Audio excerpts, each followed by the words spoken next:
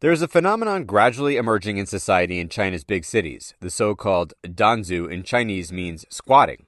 These young people are highly educated but unemployed. They aren't passionate about anything and have nothing to do for a long day. They don't struggle and don't like socializing either. They just quietly enjoy the peaceful life that goes by every day in rented homes in cities. According to Chinese media, the team of Zhu Fasheng, a doctoral student in higher education at Nanjing University, conducted observations of the squatter group for a half a year. What is the squat population like? The study shows that this group of squatting people came from middle-class families and enjoy a comfortable life. They do not have money pressure. Besides, these young people are not staying at home because of a lack of capacity. They have a good family background and may have graduated from prestigious universities. Why do they choose the lifestyle? One reason they choose to squat is that they want to take an extended vacation. Besides, they have not found a suitable job that matches their interests and their family's excessive expectations. Another common trait is that these young people leave their jobs because they cannot find a sense of meaning and value in their workplace.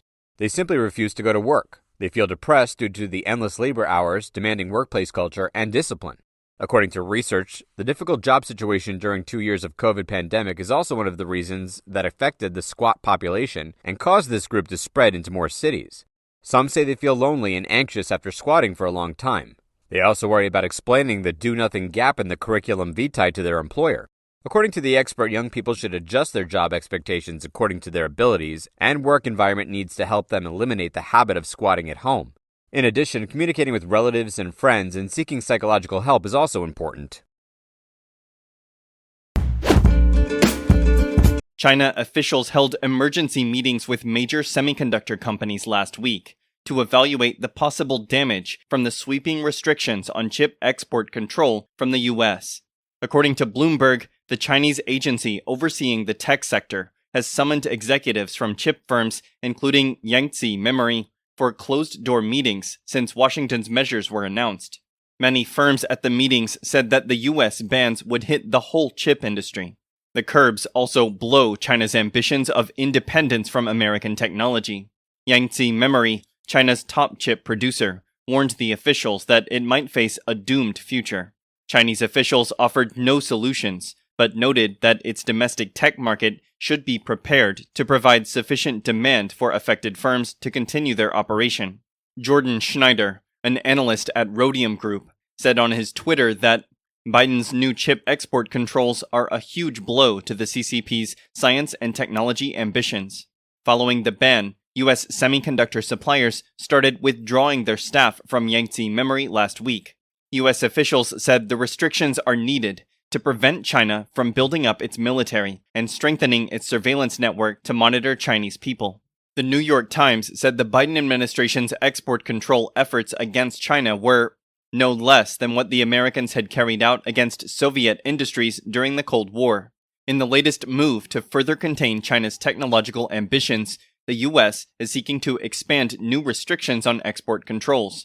The new measures focus on quantum computing and artificial intelligence software, which aim to cut off China from accessing its most powerful computing technologies. 现在呢是在中老铁路澜沧号动车的列车上。那在今年2月份的通轮主席在乘坐了这趟列车之后表示，希望老挝的700万人民都能够坐上火车，体会“一带一路”倡议的重要意义。那么车上的乘客，他们的乘坐感受怎么样？火车又给当地民众的出行和生活带来了哪些改变？我们来听一听他们的声音。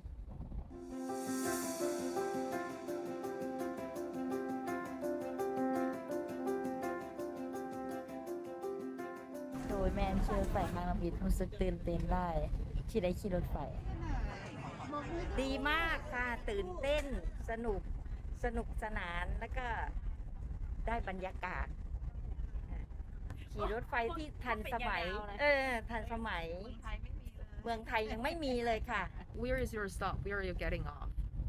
หลวงพระบาง So have you been there before? I'm not yet. Oh, okay. So you specially chose this heavy train to go there, not the bus. Why? It's the new one. Yeah. So you want to try it? Try. I want to try The train from the train, China. the high-speed train from China. เพราะว่าปกติเนาะถ้าในการเดินทางในสมัยก่อนเนื่องจากว่าประเทศลาวมันเป็นพื้นที่ที่ภูเขาฉะนั้นการเดินทางนี่ค่อนข้างที่จะใช้เวลานานเพราะว่าจากเวียงจันทร์หลวงพระบางมันใช้เวลาอยู่12ชั่วโมงโดยการนำใช้รถบัสและก็รถตู้แต่พอมีรถไฟขึ้นมาเนาะมันก็เฮ็ดให้การเดินทางเนี่ยสะดวกขึ้นเพราะว่าจากที่เขานั่งแค่นั่ง12ชั่วโมงมันเหลือแค่2ชั่วโมงเจ้า11-12เทื่อนั่นแหละที่ผ่านมาตอนที่บ่เคยขี่รถไฟเทื่อเนาะขี่รถคิวรถหยังอ่ะนะมันจะบ่ค่อยได้ใจปานใดอ่ะนะเดี๋ยวนี้เพิ่นก็พัฒนามาเนาะแล้วก็เฮ็ดรถไฟเนาะได้ใจข้าพเจ้านะครับนะ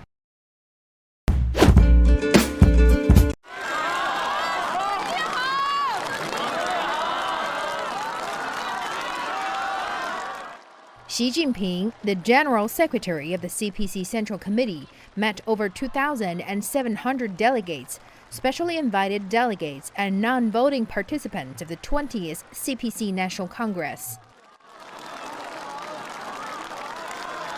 They met in the Great Hall of the People in Beijing. He was joined by incumbent and former senior officials of the Communist Party of China, as well as Chinese senior state officials. Xi was greeted by warm applause.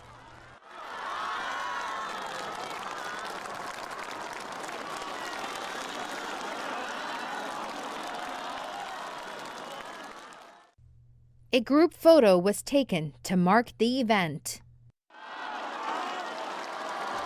Delegates to the CPC National Congress come from all walks of life of the society. After a week of discussions and meetings, the 20th China's young generation is most affected by the difficult economic situation. They no longer spend money without thinking like before the epidemic. Young people have changed their consumption behavior. As a result, the savings trend has mushroomed on social networks in the past 2 years. A series of anti-consumerism groups appeared on social networks, such as Find Happiness by Not Spending and Low Consumption Group. Li Yue, a 28-year-old administrative worker, said she changed her mind about spending. Before the pandemic, she saw friends almost weekly and spent at least $69 or 500 yuan on each outing. She also didn't hesitate to splurge on the latest beauty products online. However, she has saved about $276 a month since the pandemic by not following fashion and beauty fads. Li admits that she and her friends still want to pursue a lavish lifestyle, but reality has tempered this desire.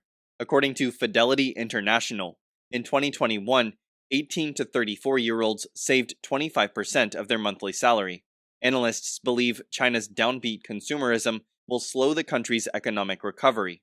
Tang Gangtiang, head of the Psychological Counseling Center in Chongqing, believed that the change in consumption attitudes of young people could cause the economy to fall into a vicious circle. Зажигание.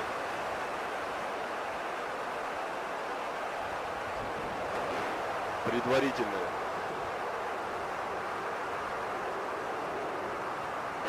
Промежуточное. Главное. Подъем.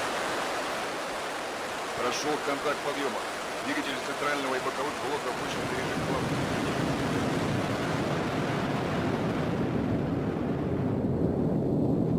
10 секунд.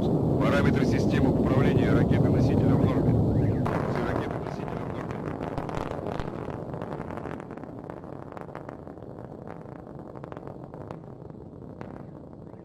40 секунд. Давление в камерах сгорания двигателей ракеты-носителя в норме.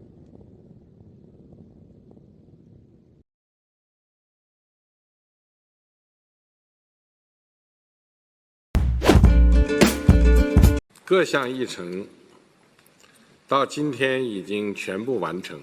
中国共产党第20次全国代表大会22日闭幕，新一届中央委员205人名单出炉。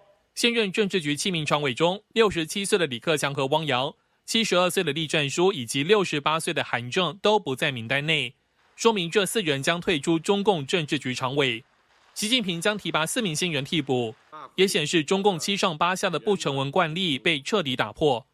按照中共惯例，23日上午将选出中共新政治局委员和常委，并在媒体前集体亮相。至于中共现任国台办主任刘捷一，也没有被列入中共中央委员会名单。外界预料，这预示中共涉台高层官员将换血。不过，当天最令外媒关注的插曲是坐在习近平左手边的前中共总书记胡锦涛，会议中途被工作人员带离会场。法新社报道，在这样一个精心编排场合中，这一幕令人出乎意料。79岁的胡锦涛看起来不情愿离开，中共官方并未做出说明。Hu Jintao, who is Mr. Xi's predecessor, got led out of the room, accompanied by two male staff members in the middle of this ceremony. It's hard to over-exaggerate just how very, very carefully curated these events are. They have been perfectly choreographed. So to have something like this happen, very, very unusual and really intriguing as well. 英国天空新闻驻北京记者表示，这起突发事件非常耐人寻味，时间点发生在少数外媒被允许进入大厅之后，不确定是不是胡锦涛的健康因素造成。从外媒捕捉到的影像可以看到，胡锦涛离开前试图跟习近平说了一些话，又拍了李克强的肩膀。新唐亚太电视林玉堂、张瑞珍综合报道。